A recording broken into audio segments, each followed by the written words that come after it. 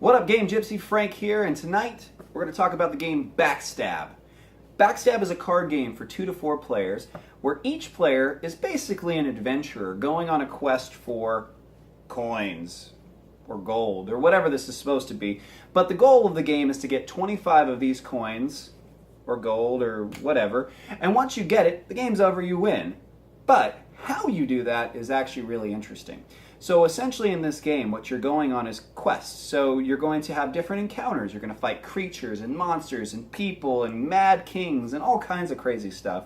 And every time you win, you get a coin. However, the game is called BackStab. And so these adventurers aren't really in it for each other. They're in it for themselves. So each player is given 3 of these backstab tokens that they can use at any time. They can just say, bam, I'm backstabbing you. And when they do, those players go head to head. And that's what really makes the game interesting. There's also some other little twists and plot twists in the game that we're going to go over here in just a second. But I really like this game. It's a really light game, and we'll get into it, and I'll give you my full review in just a minute. All right, so this is BackStab. Every player starts with 5 coin, 3 backstab tokens, and then 5 action cards. Now you use the action cards to fight the encounters or fight other players. So that's what makes the game a little interesting, because the cards are pretty familiar. They come in number order, so you have a king, the L is a lord, which is closely to a jack, Q is a queen, 2 is a 2, 3 is a 3. And essentially they all have different names to them. So that's actually another cool part of it, and it does add a little bit of interest to it. And then how you fight is with this zone card. Now the zones can change from time to time, but in this particular situation we're in a castle, so the axe is the most powerful weapon, magic is the second, blades are the third, and range is the fourth. So in this particular situation, these 2 cards, even though this is a king, and king's a pretty high card, it's a range card in this zone, so it's very useless. The blades happen to be the second weakest card, so this hand isn't very strong. However, they do have a 3 of axes, which means in this particular situation, this is the highest powered zone, or weapon in this zone. It's not a very strong card, so if you face another axe, he would have trouble.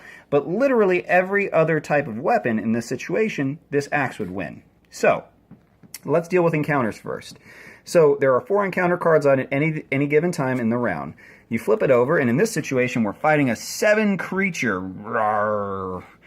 And we use these trump cards to see what kind of magic or weapon this creature has. And so in this situation, this creature has a 7 magic. So we would need in either any kind of axe or something higher than a 7 in magic. And since magic is the second highest zone in this particular area, this person's hand, he can't beat him with these. Like these are all loser cards. So yikes, not good. So if he wants to win, he's got to play this card. So let's just say he does. So bam, he wins, right? The other player is going to look at his hand and go, okay, what do I have here? I've got some magic. Okay, cool. I could beat that 7 with these 2 magic cards. Again, these ranges are pretty useless, but these magic cards are pretty worthwhile. And look at that. We've got Decay Flesh, and then we've got this dragon here. Now, a dragon is a very special card. It can beat anything in the game. So, this player is probably not going to throw this dragon out right now, because with a 7 magic, he can beat him with this. And boom. This encounter has been won by both players. Both players in this situation would receive 1 coin for their triumphant victory. And boom, that encounter is done. Now these 2 cards that they played, these get discarded. You'll refresh cards throughout the game, but in this particular instance, this creature has been defeated by both players. In a bigger game, 4 players, there'd be 4 different cards. So, then you just move on down the track. So this next card, let's flip it over. It's a trap! Oh no! And look at that. They put a cupcake out for a trap. That's not very nice. Anyway, in a trap, you don't actually play against a trap. You've been trapped. So, they created this die to use for traps. And here's what happens. Each one of these letters means something. Every player that plays the game on a trap will roll this die once. The B means a forced backstab. So if I rolled this and it's a B, if I'm this player here, I have got to backstab that particular player. Fortunately, in this situation, it's a good time to tell you about backstabbing. So backstab can happen either forced like this, or at any time the player chooses. So in this situation, a forced backstab is not great for this player because he's only got 2 blades and 2 range, and again, that's not great. In this guy's situation, he's got a dragon, he's got some magic, he's got range, so he's probably feeling pretty good, but he doesn't want to lose. So let's just say in this particular backstab, this player plays the 10 of magic, and he's like, I got to play my strongest blade card, which is that. Boom. And the 10 of magic, this player over here wins. So in that situation, this coin gets moved from one player to the next, and that essentially is the backstab. So in this situation, they both discard these cards. They're done. This player just lost a coin and lost a backstab token that could be used later in the game. And unfortunately for him, he still has a pretty weak deck. Or her, I guess it could be. The Z is a zone change. So this is one of the ways to get this zone card to change. And in this player's situation, he probably would have wished for a Z. Let's just roll for this. We're going to roll for this player over here and see what happens. Ooh, this one's pretty simple. In a 2-player game, each player just steals a coin from each other, so the net is 0. But in a normal game, you steal 1 coin from the player of your choosing. So now that we've got that out of the way, that's the basic functions of the game. But there are a couple other cards and things that can happen. So let's just see what we've got as we continue to play. So in this situation, we've got a crazed king coming out, and his weapon of choice will be range. So the crazed king plays range. In this case, this guy can beat this range with this, so he's going to obviously throw that one out. He's got to throw the dragon out in this situation. So he's going to throw the dragon out, and they're both going to win. Boom, boom. Now in this situation, this character over here, this player, excuse me, is already leading by 8-6. So that's a pretty good lead, and he hasn't even backstabbed him once. Now the interesting thing about the backstabs is you have to use all 3 backstabs before the end of the encounter. So this player right now is kind of in bad shape because he hasn't used any of the backstabs. In a normal game, you probably would have backstabbed a little bit more. And last but not least on the encounter track, steal. Now this one's pretty self-explanatory. Each player takes an action card from the player to his left. This is a random card, and you use it whenever, or you pull whatever you want, and you get to keep that card. In a 2-player game, again, this is pretty self-explanatory. In this situation, you've got 2 range cards over here. You've got 2 range cards over here. Frankly, this person has higher range cards than this person. This person's going to do better because the guy over on this side, closest to me, he's going to lose a king or a jack or a lord, excuse me. And this guy's going to lose a 7 or a 3. Not a whole lot of loss there for him. There is one other function I'd like to show you guys, and that is an action card that can be in your hand, and that's the repel function. So when you get backstabbed, you can use this card and it blocks anything, including a dragon. This can block a dragon. Unfortunately, this does nothing in the encounters. So if this is all you've got in your hand, you've literally got nothing else you can do in your life.